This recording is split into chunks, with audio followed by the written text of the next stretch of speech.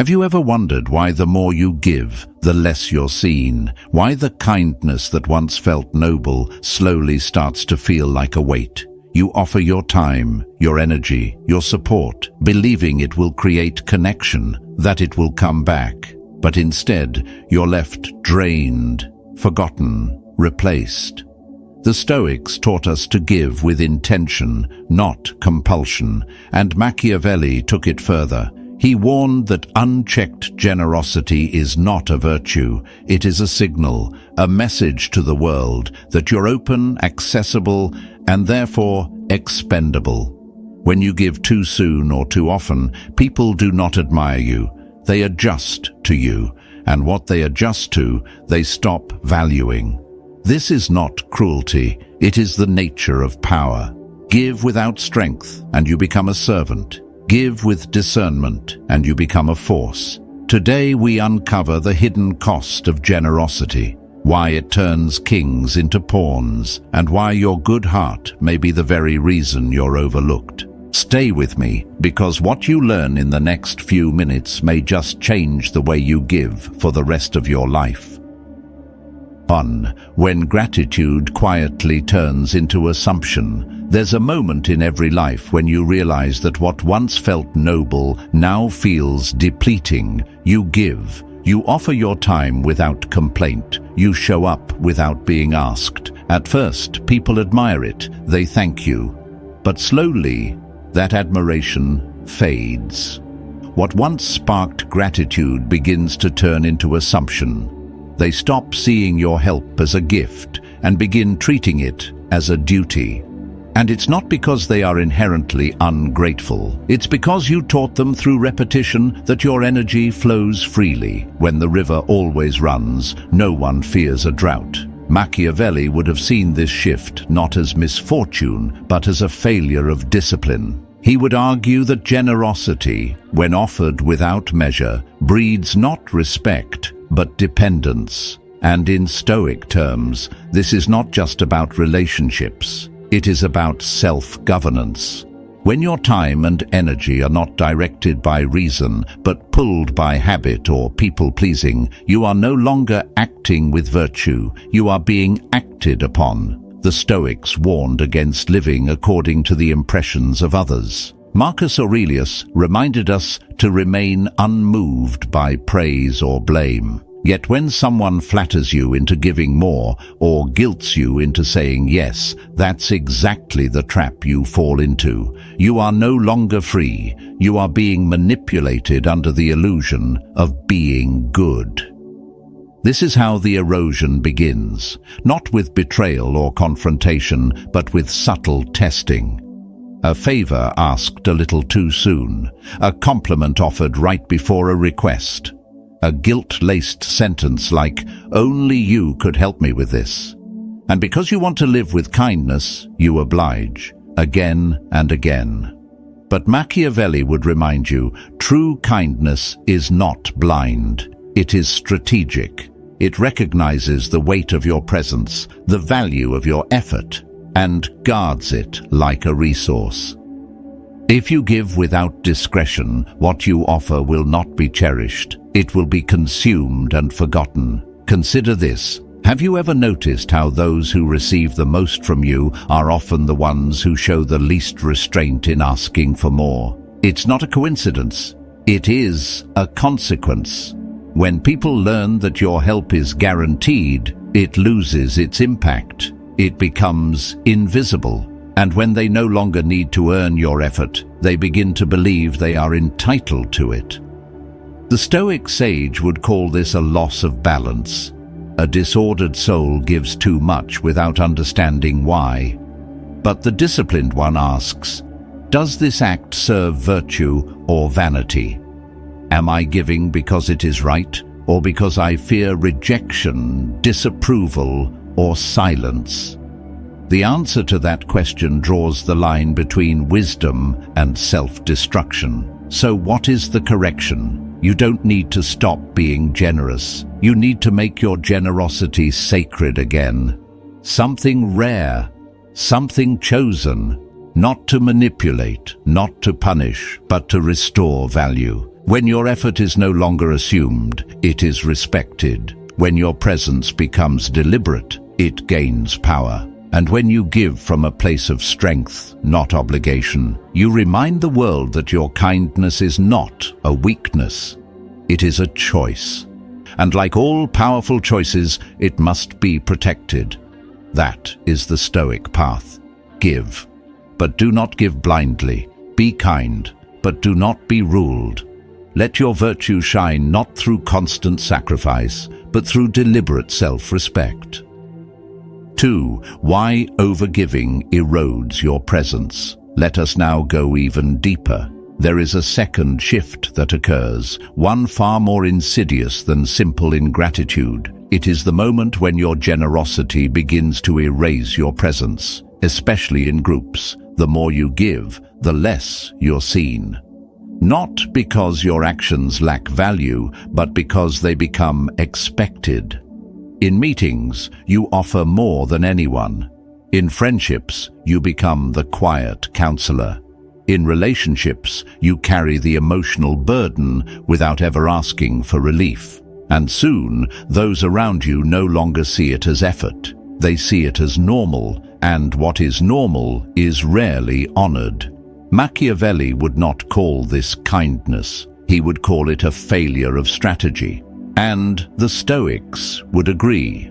For if your actions are not guided by reason and principle, but by the desire to be liked or remembered, you are no longer serving virtue. You are serving your own hidden need. The more you offer without pause, the more invisible you become. And the invisible are not respected. They are used. Now ask yourself, who is remembered more clearly, the one who is always available or the one who speaks only when it matters? Machiavelli taught that the essence of power lies not in what you offer, but in what you can withhold. The one who withholds with purpose, who gives only after others have shown commitment, who chooses the moment of their service, this is the one who commands attention. That is not cruelty. That is self-possession. And self-possession is the beginning of all lasting influence. Too many mistake restraint for manipulation. They believe that withholding is dishonest, that delayed generosity is somehow impure. But both Machiavelli and the Stoics would say the opposite. The wise man does not cast pearls before swine. He does not spend his virtue on those who offer no reciprocity. He calculates the weight of his presence, not for vanity, but because he understands that the soul must not be squandered.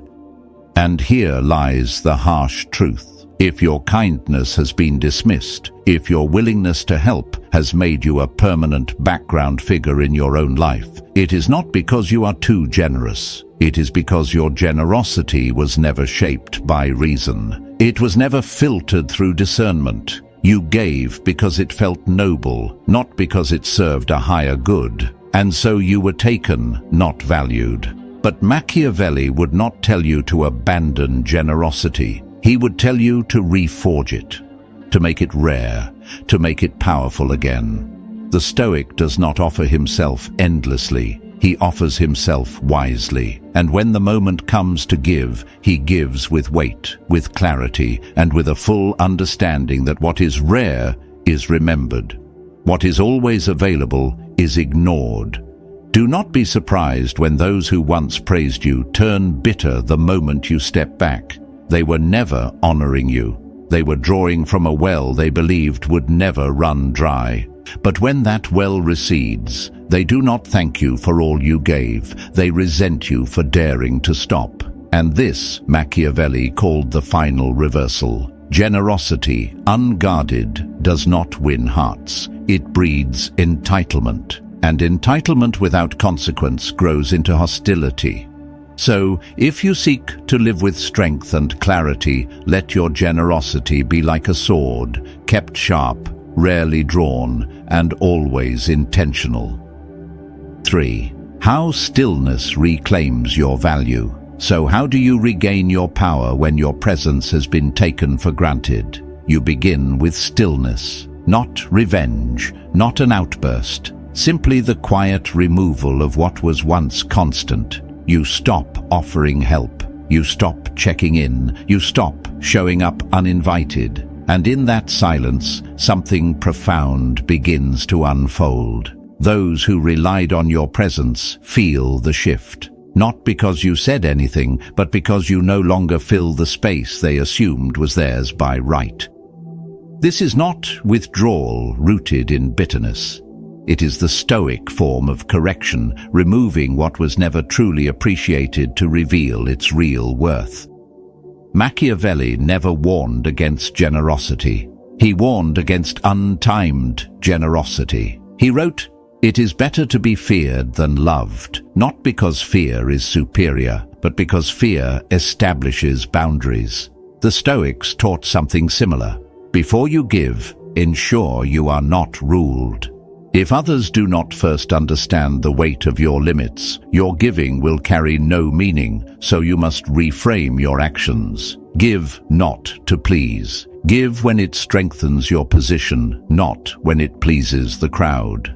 Let's examine the common trap even disciplined minds fall into: public generosity. Imagine this. You're in a group, a challenge arises, no one acts. You step in, you volunteer, you offer solutions. At first, this creates admiration. People praise your reliability. But slowly, that admiration transforms into assumption. They stop thanking you. They start expecting you. You become the one who always takes responsibility. And the moment you become predictable, you lose leverage. In Machiavellian terms, this is the transition from admired leader to functional tool. A tool is praised, yes, but only for as long as it performs. It is not feared, it is not remembered, and once it breaks or steps back, it is replaced. If people do not fear your absence, they do not truly value your presence. That is the brutal truth behind false loyalty. So here is the shift. Do not prove your worth through constant action. Prove it by becoming irreplaceable. And the quickest way to become irreplaceable is to demonstrate you can walk away from any group, any relationship, any dynamic that treats you as a means rather than an end. This is not coldness, it is clarity. A Stoic does not attach their virtue to being seen.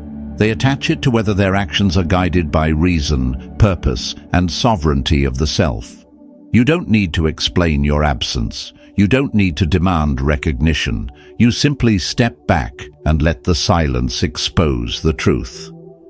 That you were never just being generous. You were holding everything together. And now that you are gone, the vacuum speaks louder than you ever could. Or, when kindness becomes a trap. Let us now confront the most dangerous kind of person your generosity attracts. The one who does not ask directly, who does not confront or demand, but who operates with a subtler hunger. The parasite. Not the villain in armor, but the soft-spoken shadow that feeds off your need to be seen as good. They say just enough to affirm you. You're always there for people. I knew I could count on you. And in those words, they perform the oldest trick in the book. They tie your identity to your availability. If you say yes, you are reliable. If you say no, you are suddenly distant, cold, changed. And if your sense of worth is entangled in your giving, you fall for it, again and again. But Machiavelli would not blame them. He would blame you. Because in his world, power is not taken, it is given away.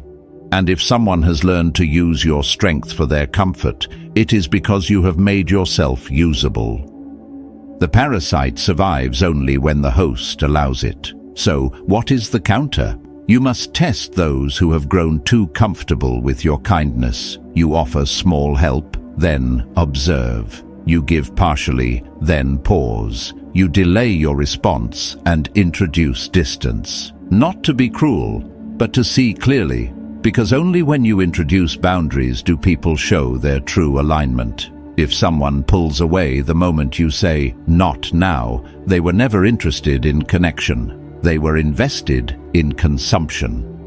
The Stoics would call this discernment, the ability to observe without illusion, to separate perception from truth.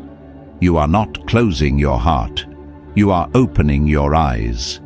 Generosity, in its highest form, must be governed by logos, rational order, and no act of kindness should be extended without the judgment of whether it serves virtue or only fuels dependence. This is where most people fall. They believe saying yes makes them noble, that being available makes them worthy. But Machiavelli knew better. He knew that every time you give without intention, you signal that your energy is free, and what is free is forgotten. Once generosity becomes routine, it stops being seen. It becomes background noise, always there, never noticed, until it disappears. And when it does disappear, when you finally hesitate or take time for yourself, you are not met with understanding. You are met with accusation, not because they hate you, but because you disrupted the contract they believed you had signed, a contract of endless giving. They say, you've changed, but what they really mean is, you've stopped being convenient, and that is where your power begins, not in retaliation, but in the quiet confidence of knowing that boundaries are not arrogance. They are the architecture of self-respect. There is a deep paradox here. The more generous you are, the less freedom you have to withhold. You train others to expect your presence.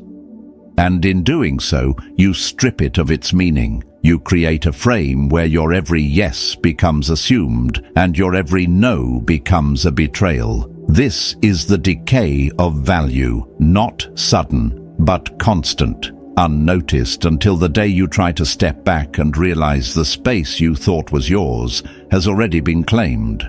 Machiavelli would say that every act is a signal, every word you speak, every help you offer, every time you show up is a message to the people around you. And if your actions say, "You can have me any time," then do not be surprised when they stop asking and start expecting, when they no longer thank you, when they become irritated by your hesitation. That is the cost of unguarded generosity. It does not elevate you, it erases you. Now, let us make it plain.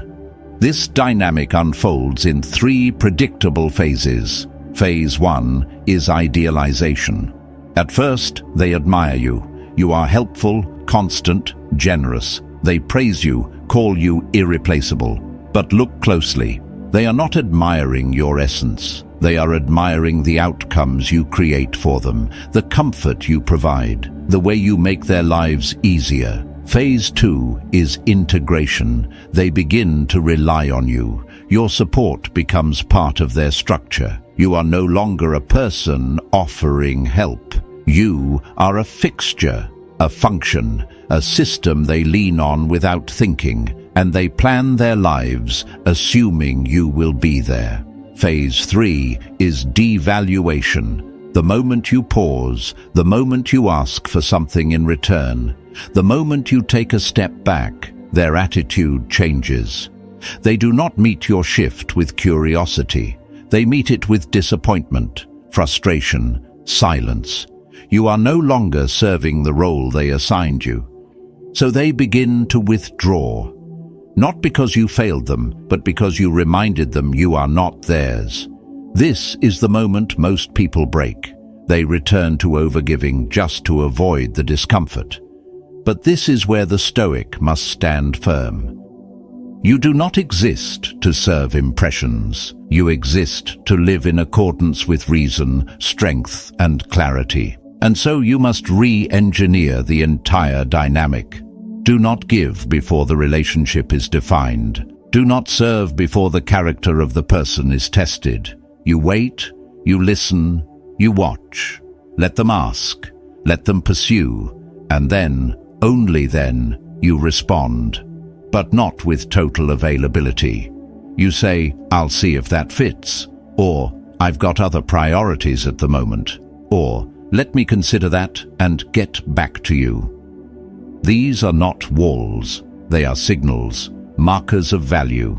proof that your time is not public property. Machiavelli would call this elegant restraint, not detachment, but distance with purpose. A Stoic does not fear being misunderstood. He allows others to misjudge him because he knows his virtue is not theirs to define. When someone says you are acting different, take it as confirmation that they were feeding off your silence.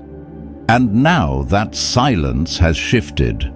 But let us go deeper still. The most dangerous consequence of unmeasured generosity is not how others treat you. It is how you begin to treat yourself. You start to feel guilty for resting. You question your worth when you are not giving. You cannot receive without discomfort. You feel ashamed for needing. This is not humility. This is internalized erosion, the slow forgetting of your own right to exist beyond your function. And Machiavelli would call that the death of sovereignty. You have become the ruler who taxes himself to feed others, the leader who forgets his crown because he is too busy carrying everyone else's burdens. But that ends here. You must rebuild, not your generosity, but the framework around it. You give by choice, not by pressure. You say no, not out of pride, but as a reminder to yourself that your energy is sacred. You let others feel discomfort. You let them talk. Let them say you've changed, because you have. You have stopped being easy. And in doing so, you have reclaimed the rarest form of respect, the kind that is not demanded, but silently earned. So when you give again, let it be rare, let it be costly, let it be felt, because now it is not just a kind act, it is a deliberate statement. A signal that says, I choose this moment, I choose this gift, and that choice carries weight.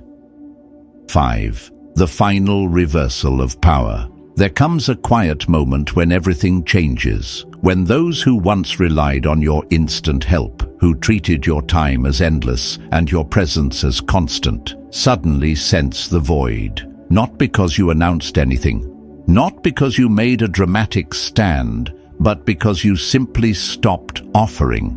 That silence, that deliberate absence, is where respect begins to rebuild. It is in that void where true value is rediscovered. Machiavelli would never chase recognition. He would not defend his decision to pull back. He would let the distance speak, because power does not explain itself. It creates space for reflection. And when people reflect, they reveal themselves. If someone notices the silence and grows in respect, they were always worthy.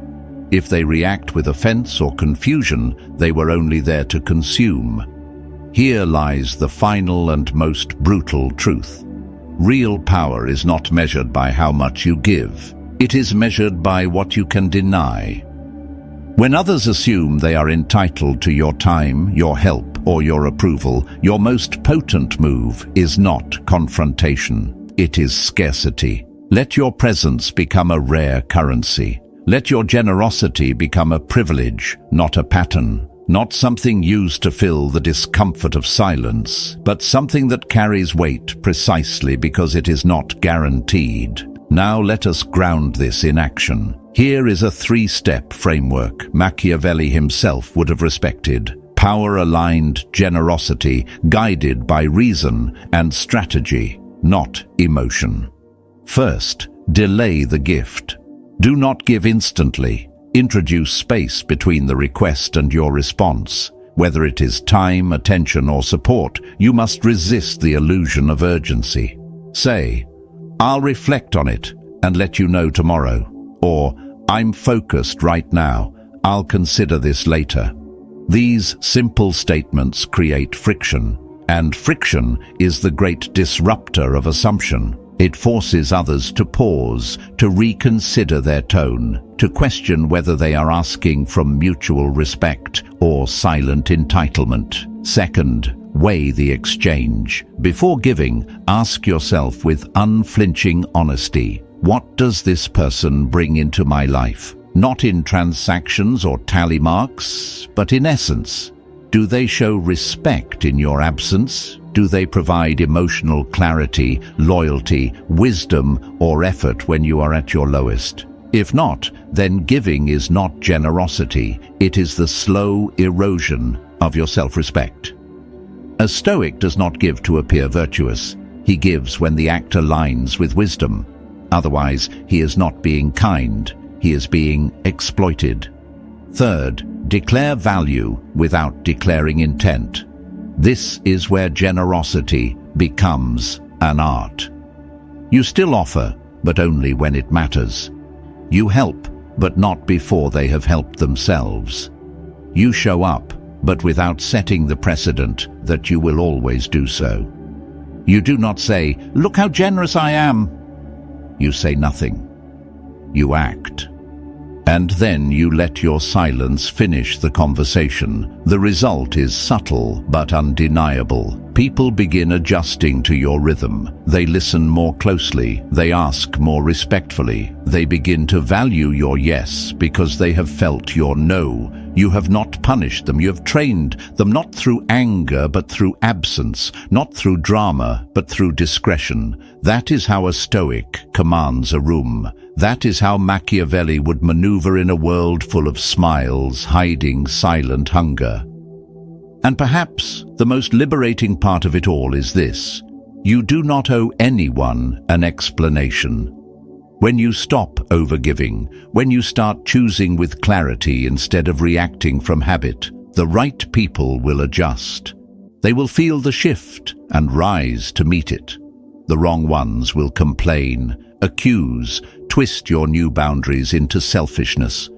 But do not flinch, because they were never grateful, only greedy. And now, without saying a word, you have revealed the truth. You didn't need to confront anyone. You didn't raise your voice. You simply stepped back, and in that silence, the truth revealed itself. The moment your generosity became rare, it gained weight. When it became costly, it became valued. And when it became valued, everything shifted. You stopped seeking appreciation.